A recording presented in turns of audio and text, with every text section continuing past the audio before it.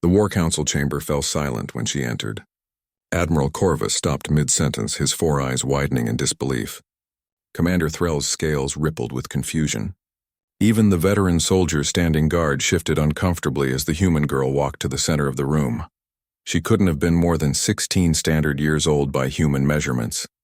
Her dark hair was pulled back in a simple ponytail, and her uniform hung slightly loose on her small frame. She carried no visible weapons, wore no medals, and her boots made soft sounds against the metal floor. Everything about her appearance screamed inexperience and youth. "This is a mistake," Corvus said, his voice echoing through the chamber. "Command has sent us a child." The girl stopped walking and met his gaze directly. Her brown eyes held something that made the Admiral pause. It wasn't fear or uncertainty. It was the look of someone who had seen things that others couldn't imagine. "Private Elena Santos reporting as ordered, sir," she said. Her voice was calm and steady. Threll moved closer, his reptilian features twisted in concern. "Human, do you understand where you are? This is the front line of the Krell invasion. We lose dozens of experienced soldiers every day. Command doesn't send children here." Elena's expression didn't change. "I'm aware of the situation, Commander. I've been briefed." "Briefed?" Corvus slammed his hand on the tactical display table. "We're not talking about simulations or training exercises. The Krell are tearing through our defenses like paper. Their warriors stand 3 meters tall and can rip through battle armor with their bare claws. What exactly did your briefing tell you about that?" "That they're strong, fast, and adapt quickly to conventional tactics," Elena replied. "That they've conquered 47 systems in the past 2 years. That conventional military forces have a 38% casualty rate in direct engagements with Krell ground forces." The numbers hung in the air. Everyone in the room knew they were accurate. The Krell were winning, and they were winning badly. Commander Threll's translator device crackled as he spoke. "If you know all this, why are you here? Why would a human child volunteer for certain death?" "I didn't volunteer," Elena said simply. "I was assigned." This answer confused them even more. The Galactic Coalition military didn't force children into combat. It went against every treaty and ethical standard they'd established over centuries of cooperation between species. Corvus accessed his datapad, scrolling through Elena's file. His expression changed as he read. Confusion gave way to disbelief, then to something like fear. "This can't be accurate," he whispered. "What is it?" Threll moved to look at the screen. The Admiral's hands trembled slightly.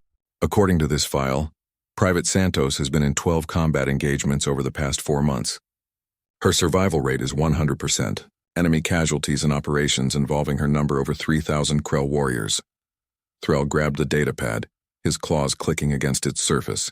He read in silence, his scales gradually shifting from green to pale yellow. "This says she destroyed an entire Krell battalion single-handedly on Vergon Prime. That's not possible." "A battalion is 500 soldiers." Elena remained quiet, letting them process the information. She'd been through this before with other commanders. They always reacted the same way. Disbelief, followed by demands for proof, followed by shock when they realized the reports were true. "There must be an error in the system," Corvus said, though his tone suggested he didn't believe his own words. Data corruption, perhaps, or someone's idea of a very poor joke. "The reports are accurate, sir," Elena said. "I understand this is difficult to accept. Most species find human combat capabilities unusual." "Unusual?" Threll's translator almost failed to convey his incredulity. "Humans are known for being stubborn and creative, not for being super soldiers. You're a soft species, vulnerable to most weapons with average strength and speed. There's nothing in the Coalition database that suggests humans can fight like this." Elena nodded. "Most humans can't, Commander. I'm not like most humans." The way she said it wasn't boastful. It was simply a statement of fact, delivered in the same tone someone might use to describe the weather. Corvus set down his datapad. "Explain." "I was born different," Elena began. "Doctors noticed it when I was 3 years old. My reflexes were faster than they should be. My strength was abnormal for my size. As I grew older, the differences became more pronounced.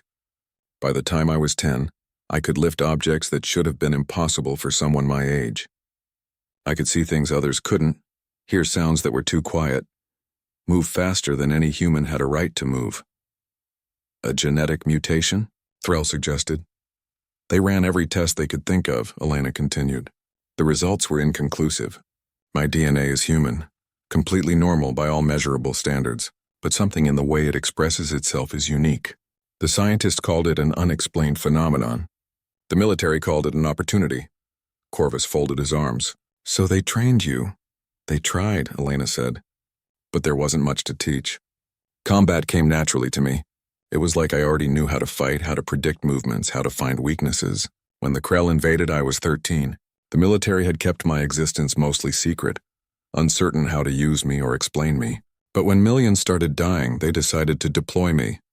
The Admiral walked around her slowly, studying her from every angle. She looked so ordinary, so vulnerable. And you've been fighting for 3 years? Yes, sir. Alone? Usually. Squads tend to slow me down and I worry about keeping them safe. It's easier to work independently. Threll made a sound that might have been laughter or disbelief. You're worried about keeping trained soldiers safe? You're a child, Elena's eyes met his. Age doesn't matter on a battlefield, Commander. Only capability does. I've watched soldiers twice my age die because they hesitated, or because they weren't fast enough. I've seen entire units wiped out, because they followed standard tactics against an enemy that doesn't think like we do. The Krell don't care about age or experience. They only care about eliminating threats, and I've become very good at being a threat they can't eliminate. The room fell silent again. Outside, the sounds of the military base continued. Ships landing and taking off, soldiers drilling, machinery humming. Somewhere in the distance, alarms blared as another Krell attack wave approached the outer defenses. Corvus looked at his tactical display. Red markers showed Krell positions surrounding their base. Thousands of enemy combatants closing in slowly but inevitably. His forces were exhausted, undersupplied, and outnumbered. What do you need from us? He asked finally. Elena stepped closer to the tactical display. Point me toward the biggest concentration of enemy forces. Give me 12 hours. Then send your scouts to verify the results. You're going out there alone now? Threll couldn't hide his shock. That's what I do, Commander, Elena said. She pointed at a cluster of red markers on the display. This formation here, approximately 5 kilometers northeast. That's their command structure, isn't it? Corvus nodded slowly. Intelligence suggests that's where the Krell warlord is directing the siege. We've been planning an assault for weeks, but we don't have the forces to punch through their defenses. Elena studied the map for another moment. I'll eliminate the command structure. Once their leadership is gone, your forces can push through the confusion and retake the lost ground. The Admiral wanted to argue, to say this was insane, that sending one person against thousands was suicide. But something in Elena's calm confidence stopped him. She'd done this before, 12 times before, according to her file, and she was still here standing in front of him, while thousands of experienced soldiers had fallen. What weapons do you need? He asked. Elena smiled slightly. It was the first change in her expression since entering the room. Just my hands, sir. Just my hands. The night air was cold against Elena's skin as she moved through the wasteland between the Coalition base and Krell territory. The landscape had once been a thriving colony world, covered in purple forests and crystal cities. Now it was scarred with craters and blackened earth, the remnants of months of warfare. She moved without sound, her steps careful and measured. The darkness was no obstacle for her. Her eyes adjusted naturally, picking out details that would be invisible to most. She could see the heat signatures of Krell patrols in the distance, their massive bodies radiating warmth in the cool night. 3 kilometers from the base, she encountered her first patrol. 5 Krell warriors, each standing nearly 3 meters tall, their muscular bodies covered in natural armor plating. They carried plasma rifles that could punch through tank armor, and their claws could tear through steel. They never saw her coming. Elena dropped from an outcropping of rock, landing silently behind the rear guard. Her hand struck the back of its neck with precision, finding the exact point where the Krell's armor plating separated. The warrior dropped without a sound, its spine severed. The others turned, but she was already moving. Speed was her greatest advantage. While the Krell were strong and tough, they were not fast. Their size worked against them when facing someone who could move like water and strike like lightning. She ducked under a sweep of massive claws, came up inside the warrior's guard, and drove her fist into its throat. The impact crushed its windpipe. As it fell, she used its body as a springboard, launching herself at the third warrior. Her feet connected with its face, and she felt the bones crack under the impact. She twisted in midair, landed behind the fourth warrior and delivered a kick to the back of its knee. The joint folded backward with a wet snap. As it fell, she was already engaging the fifth warrior. This one was faster than the others, managing to get its rifle up. The plasma blast lit up the night, but Elena had already moved. The shot went wide and she closed the distance in a heartbeat. Her hand grabbed the rifle barrel, and she wrenched it aside while driving her other palm into the warrior's center mass. The Krell's armor cracked. It staggered backward, confused and hurt. Before it could recover, Elena jumped, grabbed its head with both hands, and twisted sharply. The sound of breaking bone echoed across the wasteland. 5 Krell warriors lay dead around her. Total engagement time was less than 30 seconds. Elena continued forward, her breathing steady and controlled. This was what she'd been made for, even if nobody could explain how or why. Fighting didn't exhaust her the way it did others. If anything, combat made her feel more alive, more focused. It was the only time when the world made complete sense. Over the next hour, she eliminated 6 more patrols, each encounter brief and decisive. The Krell never had time to send warnings or call for backup. She was careful to disable their communication devices first, leaving each patrol isolated and unable to alert others to her presence. As she approached the Krell command center, she paused to observe. Intelligence had been accurate. The structure was a fortified bunker built into the remains of a colony administration building. Krell warriors were everywhere, hundreds of them moving in organized patterns, defensive positions, guard rotations, overlapping fields of fire. It was a professional military setup, disciplined and dangerous. Most soldiers would have turned back. The concentration of force was too great, the defenses too strong. Even with air support and artillery, taking this position would cost hundreds of lives. Elena saw it differently. She saw patterns in their movements, gaps in their coverage, moments when attention shifted elsewhere. She saw opportunity. She waited for the guard rotation at the eastern entrance.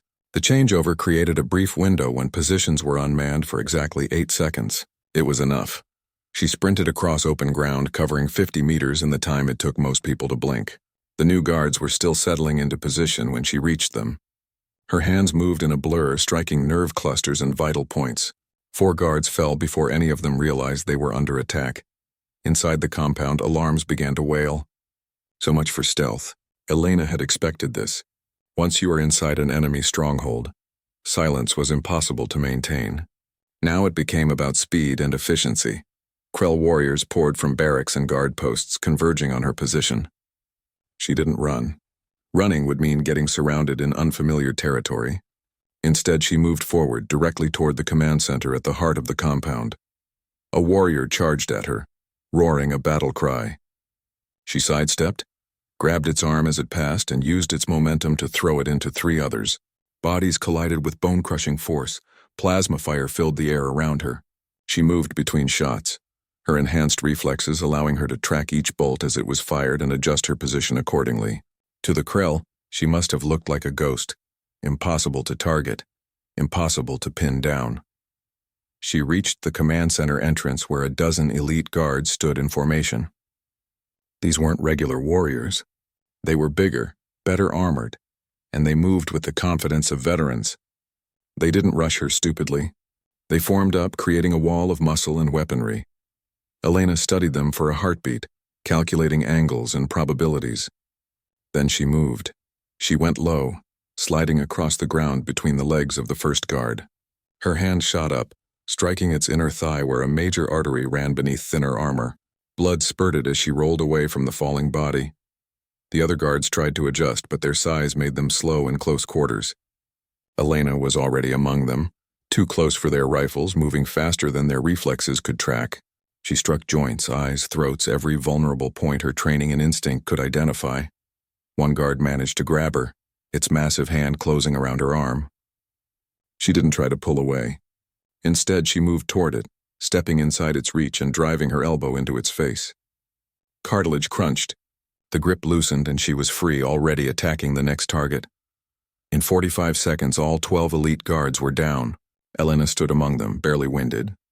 Her uniform was torn and stained with purple Krell blood, but she was uninjured. She turned to the command center door. It was reinforced metal designed to withstand explosives. She studied it for a moment, then struck it with her palm at a specific point. The impact rang out like a bell. She struck again, same spot. And again. On the fourth strike, the metal began to buckle. On the seventh, the door bent inward. On the 10th, it tore free from its hinges. Inside, the Krell warlord waited. It was massive, even by Krell standards, nearly 4 meters tall with scars covering its armor plating. It held a blade that looked like it had been forged from some dark metal, etched with symbols Elena didn't recognize. So, the warlord spoke, its translator rendering the words in harsh coalition standard. They send one small human to challenge me. Is this meant as insult? Elena stepped into the command center, her eyes never leaving the warlord. Around the room, tactical displays showed the siege positions, troop deployments, and attack plans. This was the brain of the entire Krell operation in this sector. No insult, she said. Just efficiency. The warlord's laugh was like grinding rocks. I have killed thousands of your kind, human. I have crushed your soldiers beneath my feet and burned your colonies to ash. What makes you think you are different? Elena didn't answer with words.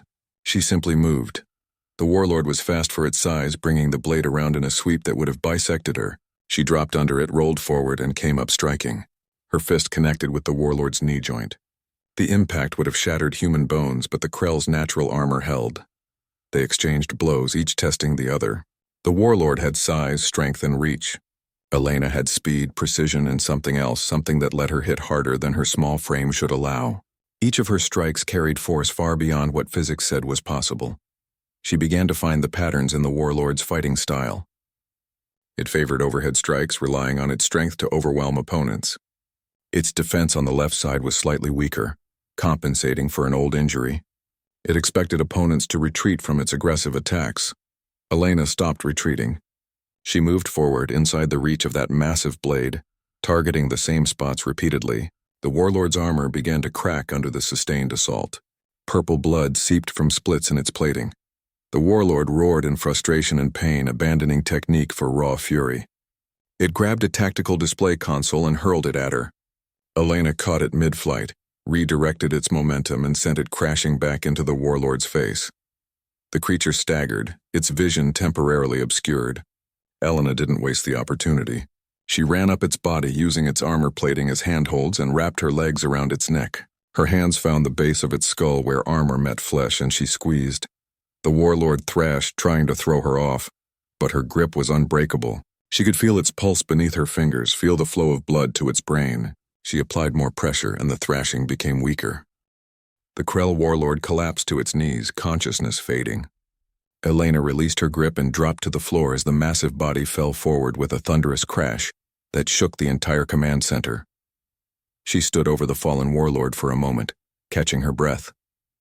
Outside, she could hear the chaos spreading through the compound. The warriors had felt their leader fall somehow, sensed it through whatever connection bound their warrior culture together. Their coordinated movements were dissolving into confusion and panic. Elena moved to the command center's communication system. It was Krell technology, but coalition forces had captured enough of their equipment that standard translation protocols existed. She activated the broadcast system, sending her message across all Krell military frequencies in the sector. Your warlord is dead, she said simply. Your command structure is broken. You have 2 choices.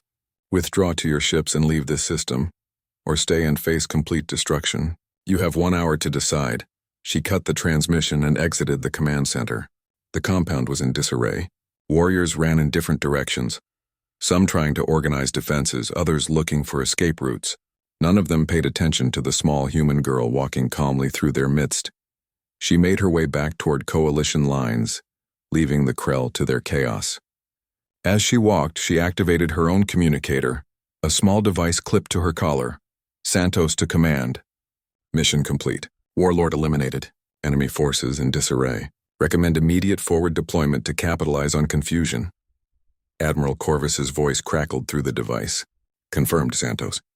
We monitored the broadcast. Forward units are mobilizing now. What's your status? Minor cuts and bruises. Nothing significant. I'm heading back to base. There was a pause on the other end. Santos, our scouts are reporting massive troop movements in the Krell compound. Are you sure you're safe to return alone? Elena looked back at the command center. now a hive of panicked activity. "They're not moving toward me, Admiral." "They're moving away. I'll be fine," she was right. The Krell warriors she passed gave her wide berth, their eyes showing something that looked remarkably like fear. Word had spread quickly about what had happened in the command center. A single human, barely more than a child, had killed their warlord in personal combat. It defied everything they understood about warfare. The journey back took longer than the approach had. Elena wasn't in a hurry now, and the adrenaline was beginning to fade. Her body ached in a dozen places where Krell attacks had connected. Her uniform was torn and stained. She'd need medical attention once she got back, though nothing was seriously wrong. As she walked, she thought about the look in the warlord's eyes during their fight. Confusion, mostly. It had expected an easy victory against a human, especially one so young. The Krell had conquered dozens of worlds, faced hundreds of different species, and they'd learned to assess threats quickly. Everything about Elena's appearance had told the warlord she wasn't dangerous. It had been wrong. They were always wrong. Elena had stopped questioning why she was different years ago. The scientists couldn't explain it, the philosophers couldn't understand it, and the military didn't care as long as she kept winning. She was what she was, a human girl who could fight like a force of nature. The coalition base came into view as dawn broke across the horizon. The purple sky turned shades of orange and red, and Elena could see the defensive walls and gun emplacements that had been holding back the Krell siege for weeks. Now those defenses were opening, allowing coalition forces to pour out and advance on the confused enemy positions. She reached the main gate, where Admiral Corvus and Commander Threll waited with a security detail. They stared at her as she approached, their expressions a mixture of awe and disbelief. "Private Santos," Corvus said formally, though his voice shook slightly. "We've been monitoring the situation. Krell forces are in full retreat. They're withdrawing to their transport ships. Preliminary estimates suggest you eliminated approximately 300 enemy combatants during your infiltration." Elena nodded. The warlord was the primary objective. The others were obstacles. Threll stepped forward, his scales shifting through colors that Elena's briefings had told her indicated deep respect. "I owe you an apology, Private. When you arrived, I thought Command had made a terrible mistake. I thought they'd send a child to die. I was wrong." "You weren't wrong to be concerned, Commander," Elena said. "I understand how unusual this is. Most species don't have individuals like me." "Most species don't have individuals like you," Corvus agreed. "In 300 years of Galactic Coalition history, we've never encountered anyone with your capabilities. The records show exceptional soldiers, certainly, individuals who achieve great things through skill and bravery. But you're something else entirely." They walked together toward the medical facility, a temporary structure set up to handle the constant flow of wounded from the siege. Medics rushed forward when they saw Elena's condition, but she waved them off. "I'm fine. Check on the soldiers who were wounded in the assault." A human medic, one of the few from her species on the base, insisted on at least scanning her for injuries. Elena submitted to the examination, knowing it would be faster than arguing. The medic's scanner passed over her body, and his expression grew increasingly confused. "Private, these readings don't make sense. You have elevated heart rate and blood pressure, consistent with recent intense physical activity, but your muscle tissue shows no signs of fatigue. No lactic acid buildup, no micro tears in the muscle fibers. It's like your body doesn't experience the normal consequences of exertion." "I recover quickly," Elena said simply. "Quickly?" The medic shook his head. "This isn't quick recovery. This is no damage to recover from. How is that possible?" "If I knew, I'd tell you." The doctors back on Earth couldn't figure it out either. The medic finished his scan and found only superficial injuries, cuts and bruises that were already beginning to heal. He applied quick seal bandages and cleared her for duty, though his expression suggested he wanted to run about 100 more tests. Admiral Corvus led Elena to a private conference room away from the main command center. Inside, a holographic display showed the tactical situation across the entire sector. Multiple worlds, dozens of battlefronts, all showing red indicators for Krell forces. "I need to explain something to you, Private," the Admiral began. "When your orders came through, I accessed your complete file. Not just the combat record, but everything. I know about the testing, the studies, the years of observation. I know that Earth's government doesn't fully understand what you are, or how you came to be." Elena sat down, her body finally starting to feel the weight of the night's activities. That's correct, sir. I'm an anomaly. My parents were normal humans, my siblings are normal. There's nothing in my family history that explains my abilities. I just am what I am. Corvus manipulated the display, bringing up genetic charts and medical scans. These are your test results from age 5, 10, and 15. Your capabilities have been increasing steadily. Whatever makes you different, it's not static. You're still developing. This was news to Elena. I wasn't told that. The information was classified.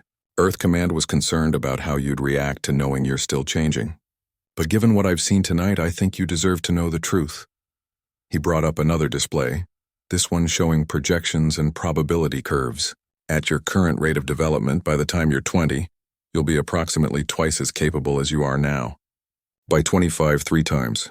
The projections become unreliable after that because we simply don't have enough data. Elena stared at the charts, processing this information. So I'm going to keep getting stronger? Faster? It appears so. Though strength and speed are just the measurable factors.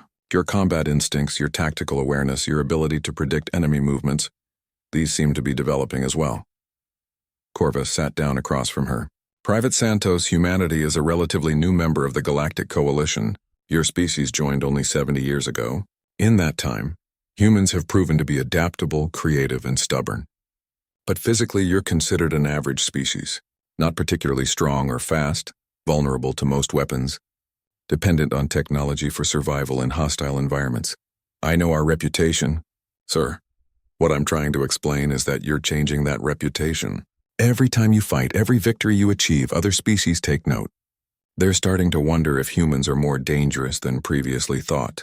They're asking questions about whether there are others like you, whether you represent some secret human capability that's been hidden. Elena considered the Admiral's words carefully.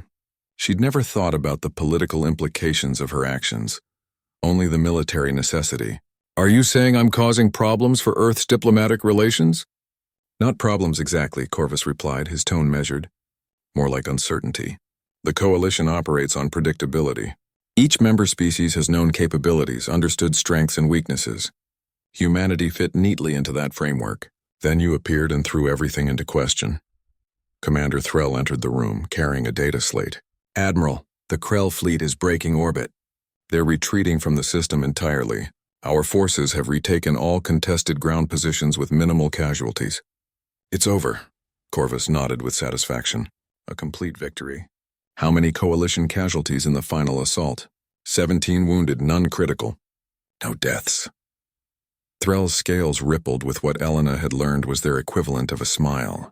The Krell were so disorganized they barely mounted a defense. It was more of a pursuit than a battle. The Admiral turned back to Elena.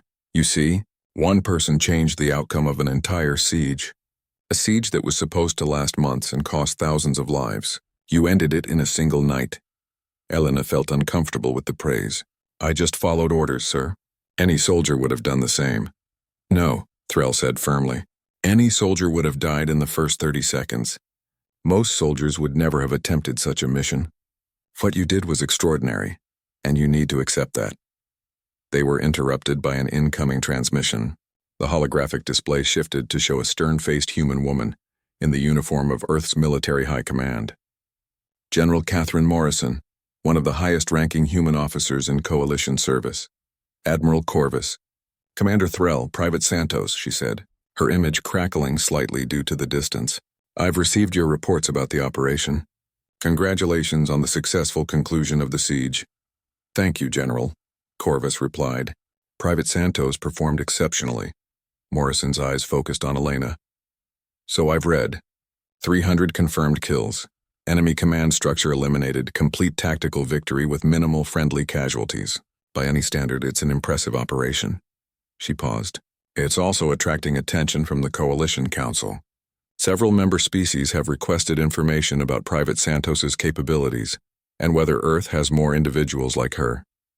Elena spoke up. General, I can address the Council directly if needed. I have nothing to hide. That's exactly what concerns me, Private, Morrison said. You have nothing to hide because you don't fully understand what you represent. To most Coalition species, you're an impossibility. A human who can fight like a Vraxian berserker, move like a Quillan shadow dancer, and think like a Karathi strategic master. They want to know if you're the result of genetic engineering, military enhancement, or some secret human capability. But I'm none of those things, Elena protested. I'm just different. It's not something that can be replicated or taught. I know that. Earth Command knows that. But convincing the Coalition Council is another matter. Some species are already calling for mandatory genetic testing of all human military personnel. Others want you studied in a Coalition research facility. A few are suggesting that Earth has violated weapons development treaties by creating enhanced soldiers. Admiral Corvus leaned forward. General, with respect, Private Santos is a Coalition asset.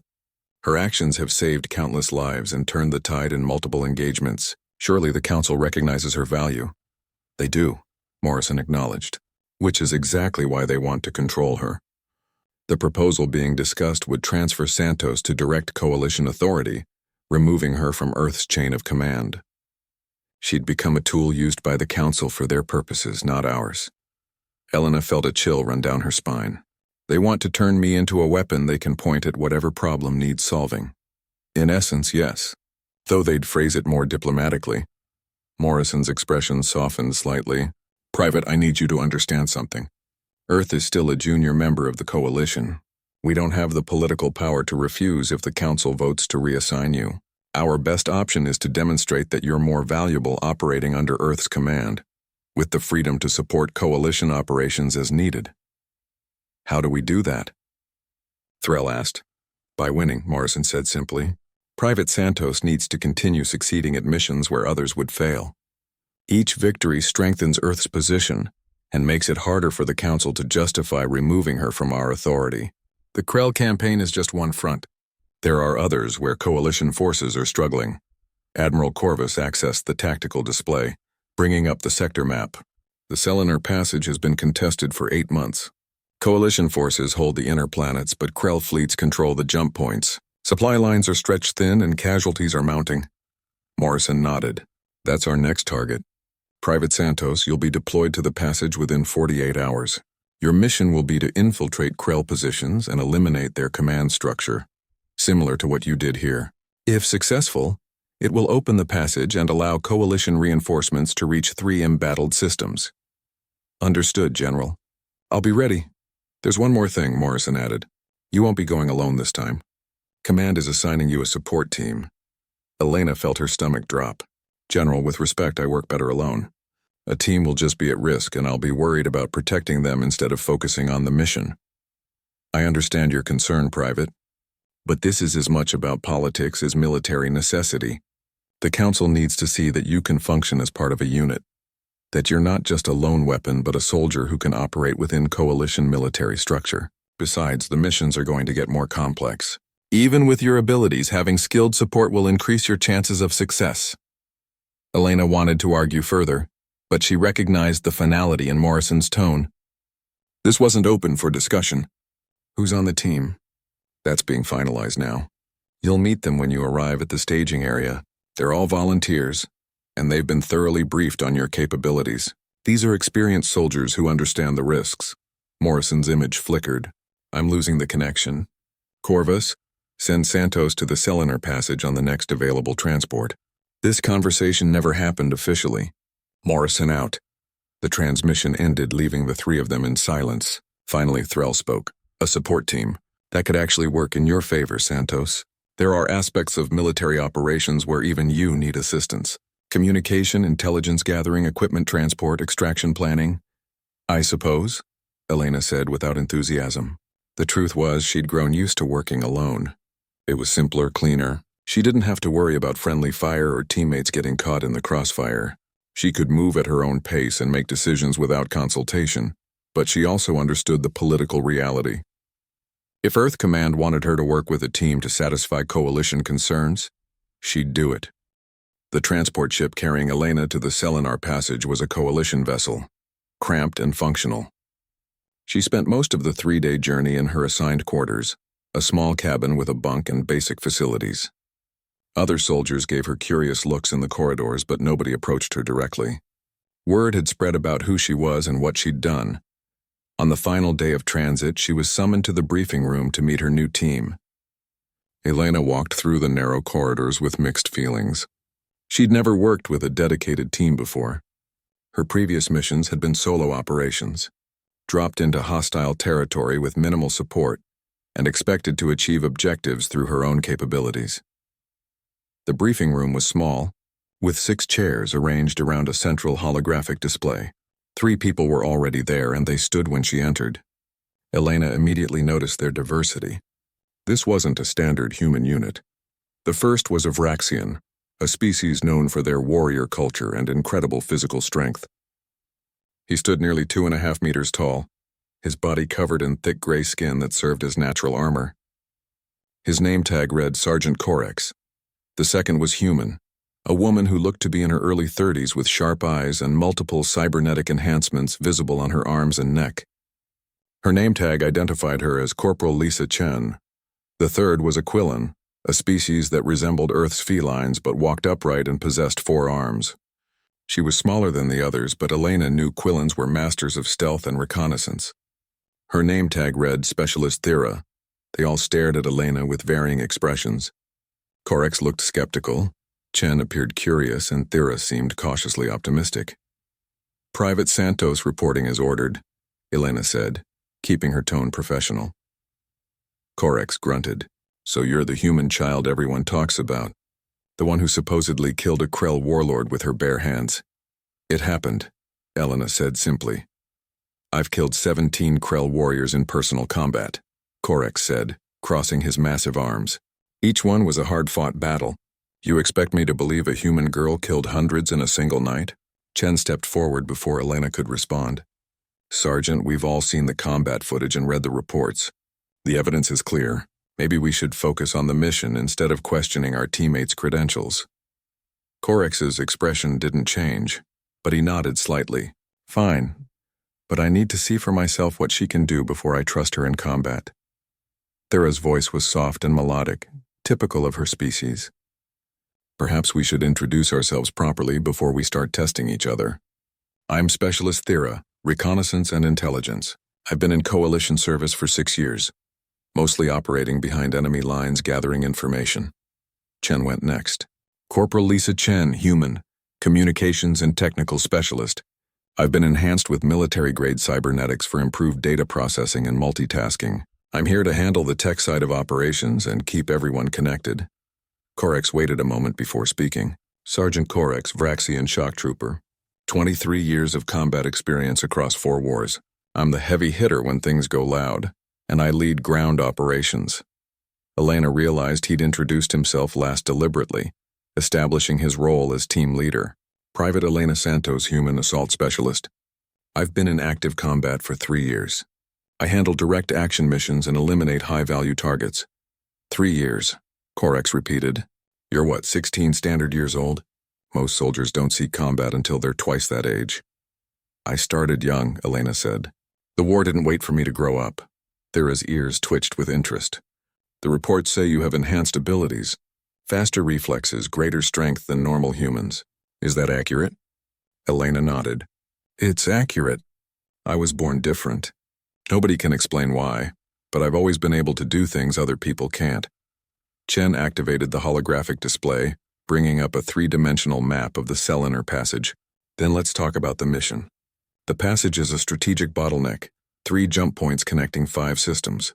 The Krell control the central jump point, which means coalition forces can't move between the systems without taking a long detour that adds weeks to travel time." The display zoomed in on the central jump point, showing a massive space station and several defensive platforms. "This is Station Gamma 7. The Krell converted it into a fortress after they captured it 6 months ago. Intelligence estimates between 2,000 and 3,000 Krell warriors on station, plus support personnel and automated defenses." Corex pointed at the station's outer ring. "The defenses are strong. Shield generators here, here, and here. Point defense systems covering every approach vector. Any fleet that tries to take it by force will lose ships before they even get in range. Which is why we're going in quietly," Thera said. "Our mission is to infiltrate the station, disable the shield generators from inside, and eliminate the Krell command structure. Once the shields are down, coalition forces can assault the station with minimal losses." Elena studied the map carefully. "How do we get inside without being detected?" Chen manipulated the display to show a highlighted route. Supply ships dock at the station every 26 hours. They're automated vessels carrying equipment and supplies for the Krell occupation force. I can hack into one of the ships and hide us in a cargo container. The automated systems won't detect biological signatures if I configure the container properly. Once we're inside, Thera continued, I'll scout ahead and map the station's interior. The Krell have modified the original coalition layout, so we need current intelligence. I can move through the ventilation systems without being seen. Korix took over the briefing. While Thera scouts, we establish a secure position in the maintenance levels.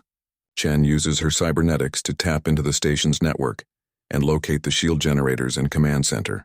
Then we split into 2 teams. Santos and I hit the command center while Chen and Thera take out the shield generators. Elena frowned. Splitting up seems risky. If either team runs into trouble, we can't support each other. It's necessary, Korix said firmly. We have limited time once the alarm sounds. The shield generators are in opposite ends of the station. If we try to hit them sequentially, the Krell will reinforce the second location. We need simultaneous strikes. I understand the tactical logic, Elena said, but Corporal Chen and Specialist Thera aren't combat-focused. If they encounter heavy resistance at the generators, they might not survive. Chen smiled slightly. I appreciate the concern, but I can handle myself. These cybernetics aren't just for processing data. I've got enhanced strength and built-in weapon systems. Plus, Thera is one of the best infiltrators in Coalition service. We'll be fine. Thera's tail swished in agreement. And you'll be with Sergeant Korix. Between the 2 of you, the command center doesn't stand a chance. The briefing continued for another hour, covering contingency plans, extraction procedures, and communication protocols. Elena listened carefully, noting that these were experienced professionals who'd worked together before. They had good chemistry and trusted each other's abilities.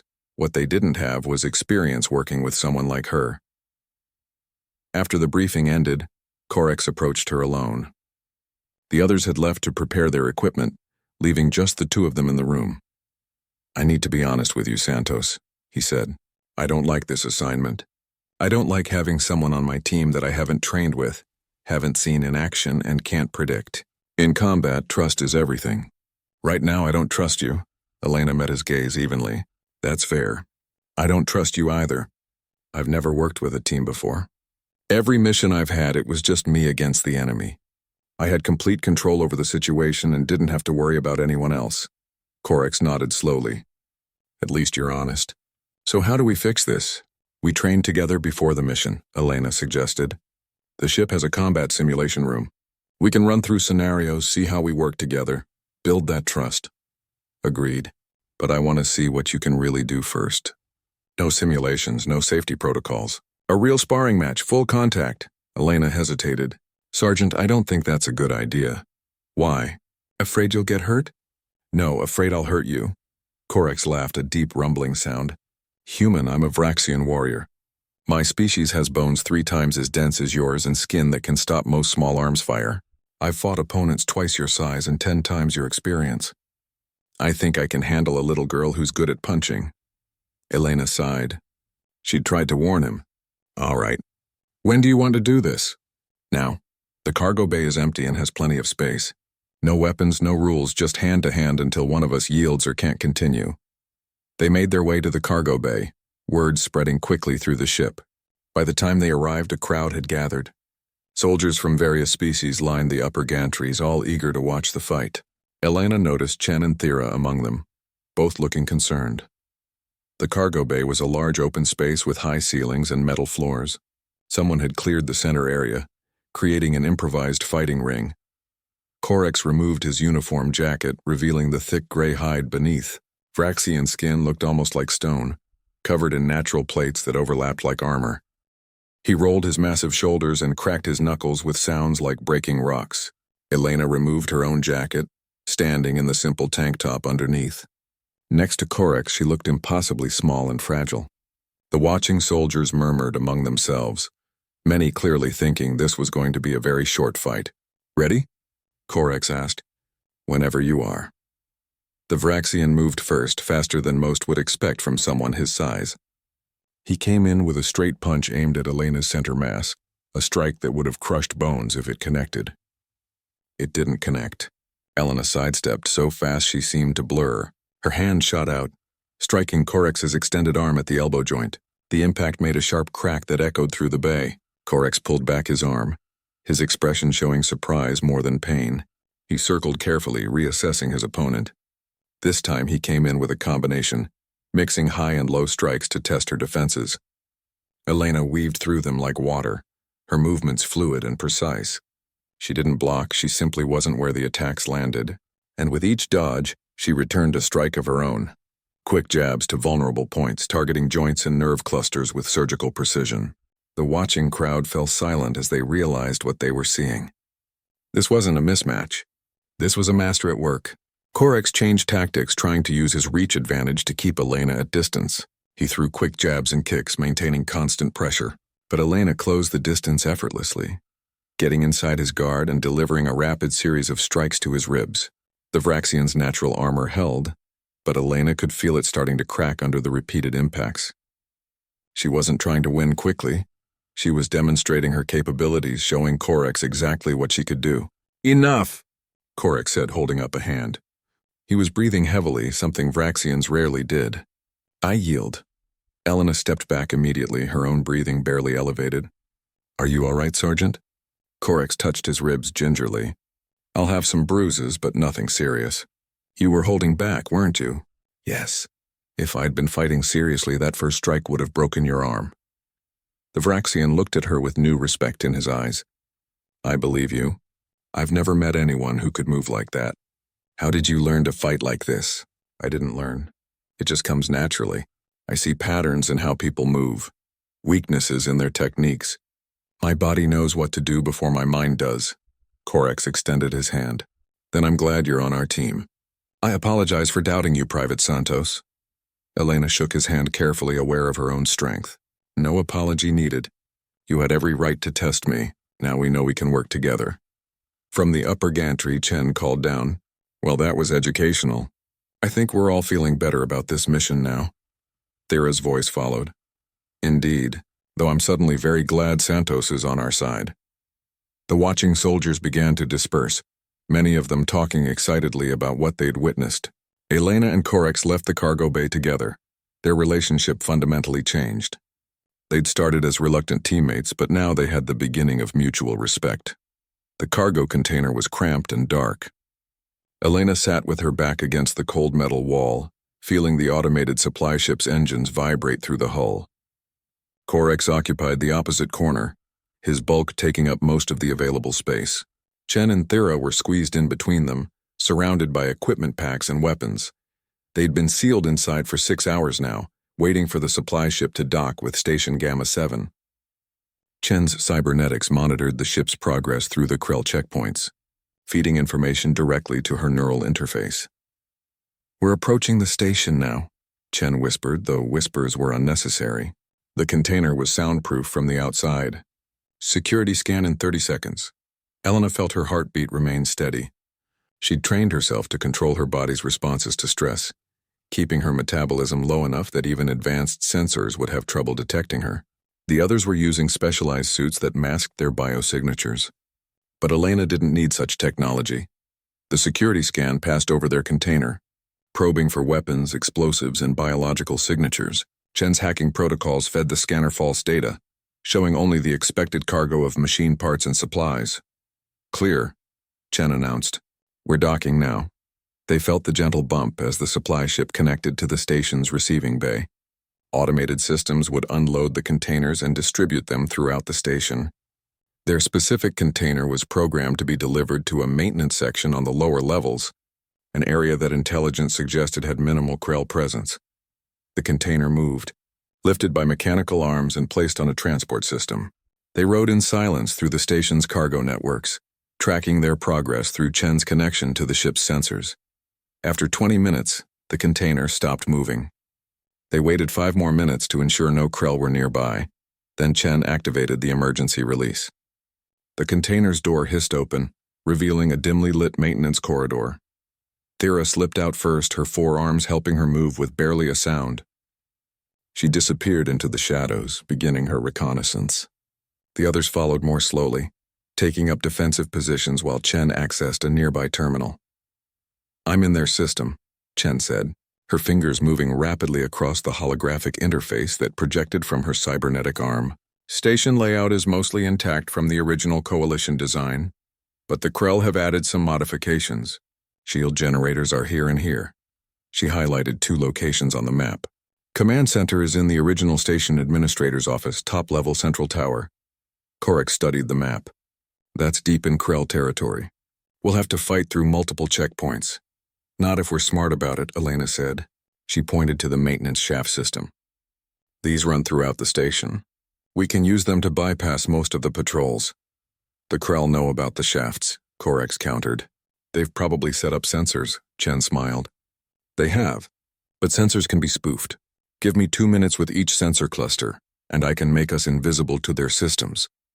Thera returned from her initial scout, materializing from the shadows like a ghost. Patrol pattern established. 3 Krell warriors pass through this section every 15 minutes. Next patrol in 12 minutes. I've identified a shaft entrance 20 meters north that will get us to the upper levels. Then we move now, Korek said. Chen, you're on point with Thera. Santos and I will cover the rear. Stay quiet, stay together, and remember the mission plan.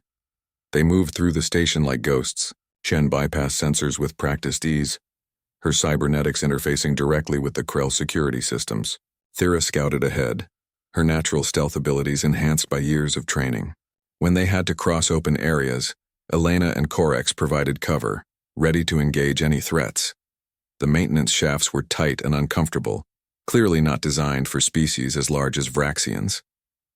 Korek had to squeeze through some sections, his armor scraping against the metal walls, but the shafts kept them out of sight, allowing them to bypass dozens of Krell patrols. They reached a decision point 2 hours into the infiltration. The shaft system branched, one path leading toward the shield generators, the other toward the command center. This is where we split up, Korek said. Chen, Thera, you've got the generators. Hit them simultaneously, 30 seconds apart maximum. We need the shields down before the Krell can respond. Chen nodded. We'll get it done. Just make sure you take out their command structure so they can't coordinate a response. Thera touched Elena's arm gently. Be careful. The Krell station commander is supposed to be extremely dangerous. Intelligence says it's killed dozens of Coalition soldiers in personal combat. We'll handle it, Elena assured her. You two watch each other's backs. The teams separated, Elena and Korek continuing upward while Chen and Thera descended toward the generator levels. The shaft grew narrower as they climbed, eventually opening into a service corridor on the upper levels of the station. They could hear Krell voices now, the harsh guttural sounds of their language echoing through the corridors. Korek consulted his tactical display, marking enemy positions based on sound and heat signatures. 18 hostiles between us and the command center, he whispered. Standard security deployment, 2 at each checkpoint, roving patrols of 4. Elena studied the corridor layout. We can't avoid all of them. We'll have to fight, agreed, but we do it quietly for as long as possible. Once the alarm sounds, we'll have minutes before they lock down the entire station. They moved forward, Elena taking point. Her enhanced hearing picked up the footsteps of approaching patrol before they came into view. She signaled Korek and they pressed against the wall, waiting. 2 Krell warriors rounded the corner, their plasma rifles held casually. They weren't expecting threats inside their own station. It was their last mistake. Elena moved first, covering the distance in a heartbeat. Her hand clamped over the first warrior's mouth while her other hand struck its throat, crushing the windpipe. The warrior collapsed silently. Korek took the second warrior with brutal efficiency, his massive hands breaking its neck before it could raise an alarm. They dragged the bodies in to a side room and continued forward. Over the next 15 minutes, they eliminated 3 more patrols with the same silent precision. Elena's combat instincts were perfectly suited for this type of work. She could predict where enemies would be, identify the exact moment to strike, and execute kills so quickly that targets didn't have time to react. But their luck ran out at the 4th checkpoint. A Krell warrior turned around at the wrong moment, catching sight of Korek moving into position. It opened its mouth to shout a warning. Elena's thrown knife took it in the throat, but the warrior still managed to fire its plasma rifle before falling. The shot went wide, but the sound echoed through the corridors like thunder. Alarms immediately began wailing throughout the station. Red lights flashed, and they could hear the sound of dozens of Krell warriors mobilizing. So much for stealth, Korix growled. We fight our way through now. The first wave of Krell came around the corner seconds later. 6 warriors, armed and armored, moving in professional formation. They expected to face regular coalition soldiers, perhaps a small infiltration team that could be overwhelmed with superior numbers. What they got was Elena Santos operating at full capability. She met their charge head-on, her speed making her almost invisible. The Krell's plasma bolts passed through empty air where she'd been a fraction of a second earlier. Her strikes were precise and devastating, targeting vital points with surgical accuracy. Within 10 seconds, all 6 warriors were down. Korix hadn't even had time to engage before the threat was eliminated. Saints preserve us, the Vraxian muttered. I've seen you fight before, but this is something else entirely. Save the admiration for later, Elena said. More are coming. We need to reach the command center before they can organize a proper defense. They ran through the corridors, Elena leading the way. Krell warriors appeared from side passages and intersections, but none of them could stop her momentum. She flowed through their defenses like water through cracks, leaving a trail of bodies in her wake. Korix struggled to keep up, his heavier frame not built for this kind of speed, but he served an important purpose, securing their rear and ensuring no Krell came up behind them. His strength allowed him to literally throw obstacles out of their path, clearing doorways and knocking aside equipment. They reached the command center entrance to find it heavily fortified. A dozen elite guards in enhanced armor, carrying heavy weapons designed to penetrate shields and armor. Behind them, the blast door to the command center was sealed shut. That's going to be a problem, Korix said. Elena assessed the situation quickly. The guards had positioned themselves well, creating overlapping fields of fire with good cover. A frontal assault would be costly even for her. Cover me for 5 seconds, she said. Before Korix could ask what she planned, Elena ran straight at the guards. Plasma bolts filled the air around her, but her enhanced reflexes allowed her to dodge between them. She reached the nearest guard and used it as a springboard. Launching herself upward, she ran along the wall, literally defying gravity for several steps through pure speed and momentum.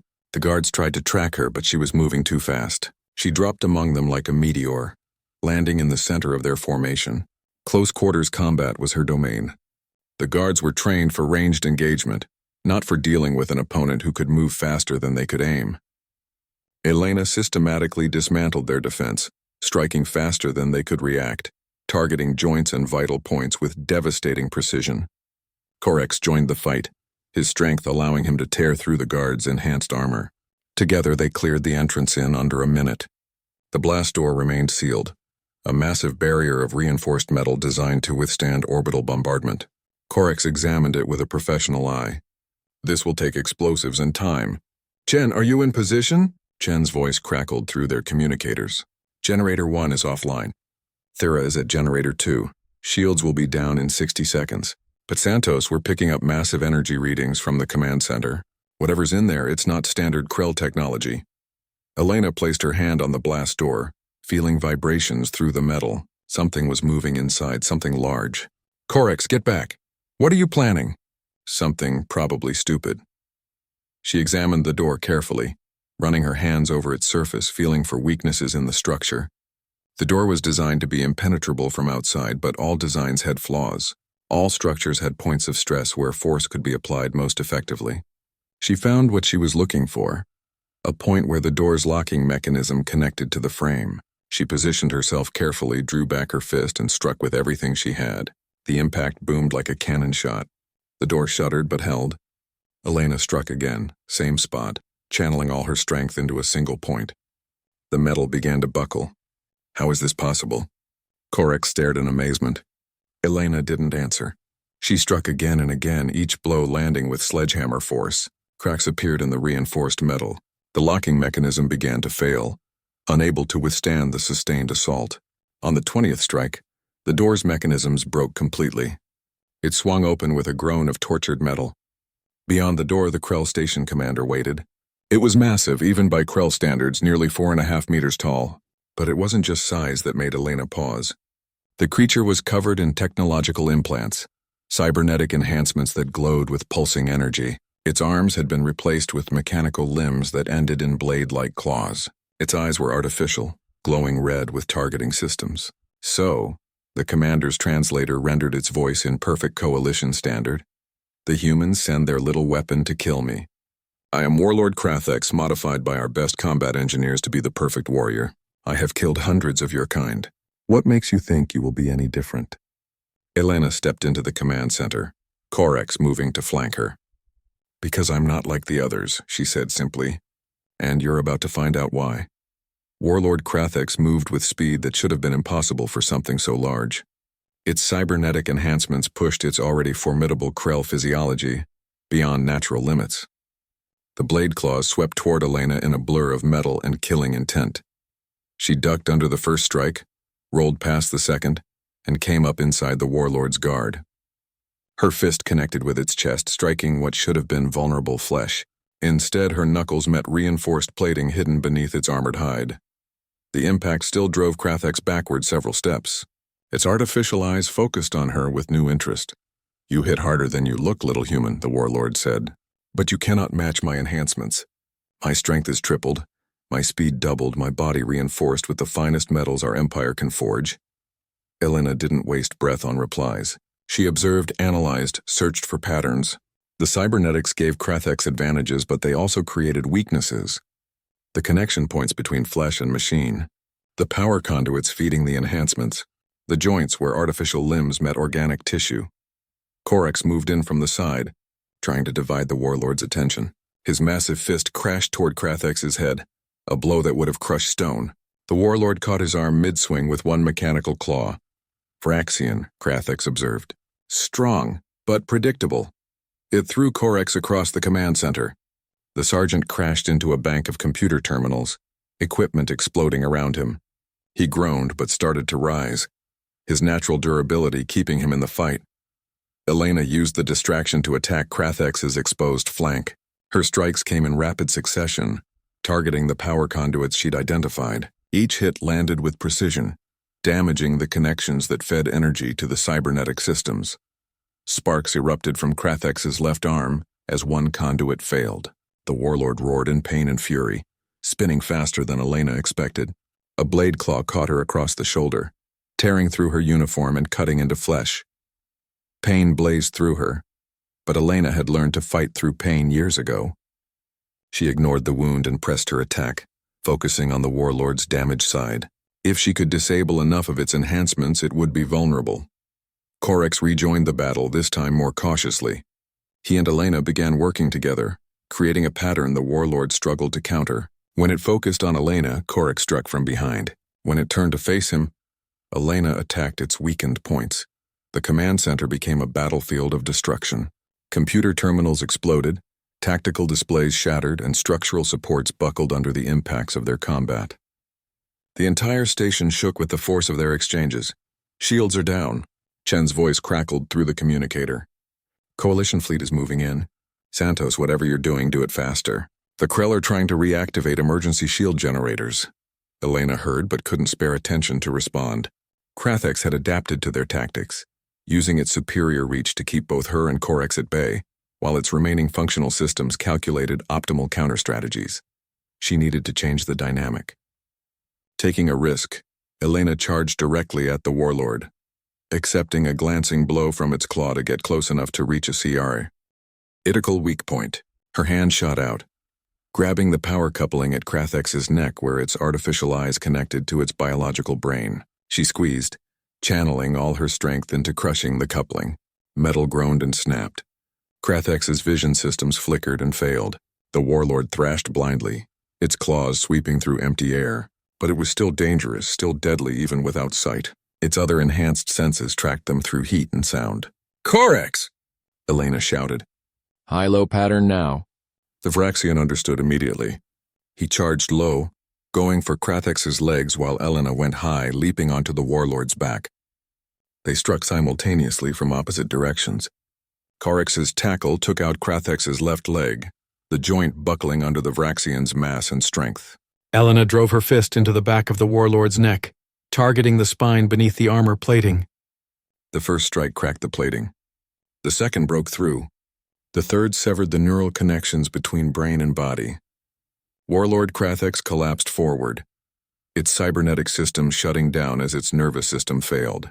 The massive body crashed to the deck with earth-shaking force, twitched once, and went still. Elena slid off its back, breathing hard. Blood ran down her shoulder from the claw wound, and she could feel bruises forming across her entire body. Corax limped over, his armor cracked and one arm hanging at an odd angle. "Is it dead?" he asked. Elena checked for a pulse, finding nothing. "It's dead." "Good." Corax activated his communicator. "Command center secured. Station commander eliminated. Chen, status on those shield generators?" "All generators offline and damaged beyond quick repair. Coalition fleet has begun boarding operations. Krell forces are surrendering across the station." "We've won." Relief washed over Elena. They'd done it. Against all odds, a 4-person team had infiltrated a heavily defended station, disabled its defenses, and eliminated its commander. The Selenar passage was open again, and 3 embattled systems would receive reinforcements. Thera and Chen arrived minutes later, both looking worse for wear but alive and functional. They stared at the destroyed command center and the massive corpse of Warlord Krathex. "Well," Chen said after a long moment, "that's definitely going in the report." Thera moved to Elena's wounded shoulder, her medical training taking over. "You need treatment." "That's a deep cut." "I've had worse," Elena said, but she let the Quillen work. "How did your part of the mission go?" "Harder than expected," Chen replied. "The generators had backup security we didn't know about. We had to fight through 2 squads of engineers and guards. Thera saved my life at least twice." The Quillen's ears flattened modestly. "You saved mine 3 times, so I believe you're still ahead." Coalition Marines began flooding into the command center, securing the area and treating wounded. A human officer approached, a captain with medical insignia on his uniform. "Private Santos? I'm Captain Williams, Fleet Medical Officer. We need to get you to the medical bay for proper treatment." Elena wanted to argue, but exhaustion was finally catching up with her. The adrenaline was wearing off and her body was demanding rest. "All right, Captain. Lead the way." The medical bay on the Coalition flagship was far more advanced than the field facilities Elena was used to. Doctors examined her shoulder wound, applied regenerative treatments, and insisted she rest for at least 12 hours. She didn't have the energy to argue. When she woke, Admiral Corvus was waiting beside her medical bed. The alien officer looked tired but satisfied. "Private Santos," he greeted her. "Congratulations on a successful mission.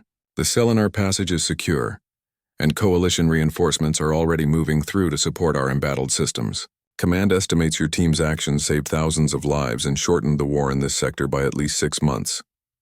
Elena sat up carefully, testing her shoulder. The regenerative treatment had done its work well. "How are the others?" "Corax was injured. Sergeant Corax is being treated for a fractured arm and several broken ribs. He'll make a full recovery. Corporal Chen and Specialist Thera are already back on duty. They're filing mission reports and debriefing intelligence officers." Good. Elena felt genuine relief. Despite her initial reluctance to work with a team, she'd come to respect them during the mission. Corvus sat down in the chair beside her bed. "I've been speaking with Earth Command and Coalition Council members. Your performance on this mission has intensified the debate about your status. Several species are demanding you be placed under direct Coalition control. Others are calling for restrictions on your deployment, claiming you represent an unfair military advantage." Elena absorbed this information quietly. She'd known her actions would have political consequences, but hearing it stated so plainly made it real. What does Earth Command say? They're resisting, of course. But Earth's position in the Coalition is still relatively weak. If enough species vote to reassign you, there may be nothing Earth can do to prevent it. Corvus leaned forward. "However, there's another factor at play now. Your team. What about them? Sergeant Corax, Corporal Chen, and Specialist Thera have all submitted reports praising your performance and requesting to continue working with you as a permanent unit." Corax in particular was quite vocal. He said, and I quote, "that you're the finest soldier he's served with in 23 years of combat." Elena felt surprised. I didn't expect that. Neither did the Council. It changes the narrative, you see. You're not just a lone weapon anymore.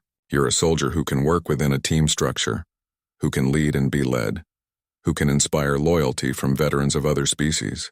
That makes you less threatening to the Coalition's political structure. Admiral Corvus stood and walked to the window, looking out at the fleet assembling around the recaptured station. The Krell are retreating from multiple sectors now. Our intelligence suggests they're consolidating their forces for a major offensive somewhere, but we don't know where yet. When they strike, the coalition will need every advantage we can get. That includes you. I'll do whatever's necessary, Elena said simply. I know you will.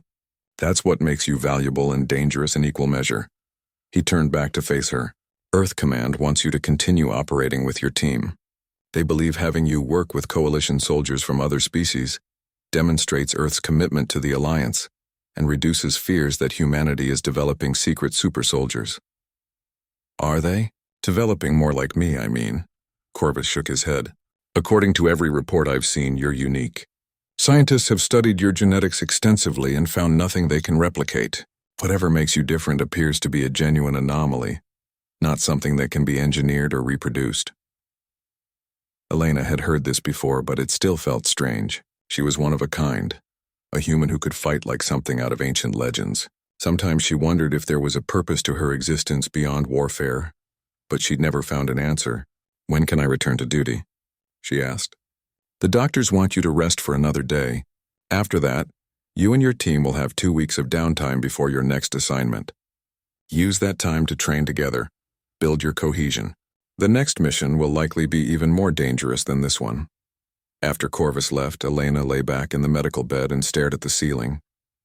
She thought about the past few days, about fighting alongside others for the first time, about trusting people to watch her back. It had been different from her solo operations. More complicated in some ways, but also strangely satisfying. She thought about Corex's strength and experience, Chen's technical skills and adaptability, Thera's stealth and precision. Together, they'd accomplished something that should have been impossible. Maybe working as a team wasn't so bad after all. Her communicator chirped with an incoming message. She activated it to find a video call from General Morrison. Private Santos, the general said, her expression serious. I've reviewed your mission reports. Excellent work on the Selenar operation. Thank you, General. I'm calling to inform you of a development. The Coalition Council has agreed to let you remain under Earth's command for now. But there are conditions. You must continue demonstrating that you can operate within standard military structure. That means working with your assigned team and following proper protocols. Understood. I can do that. Morrison's expression softened slightly. I know this isn't what you're used to. You've operated alone for so long that having teammates must feel restrictive. But Santos, this is important for more than just politics. You're 16 years old. You've spent 3 years fighting a war with no one to rely on but yourself. Having a team means having support, having people who understand what you're going through. Elena hadn't thought about it that way. She'd been so focused on completing missions and staying alive that she hadn't considered the emotional toll of constant isolation. I'll keep that in mind, General. Good, now get some rest. Earth is proud of what you've accomplished, but we need you healthy for what's coming. Morrison out. The call ended, leaving Elena alone with her thoughts again. Through the window, she could see coalition ships from dozens of species working together to secure the station and tend to wounded.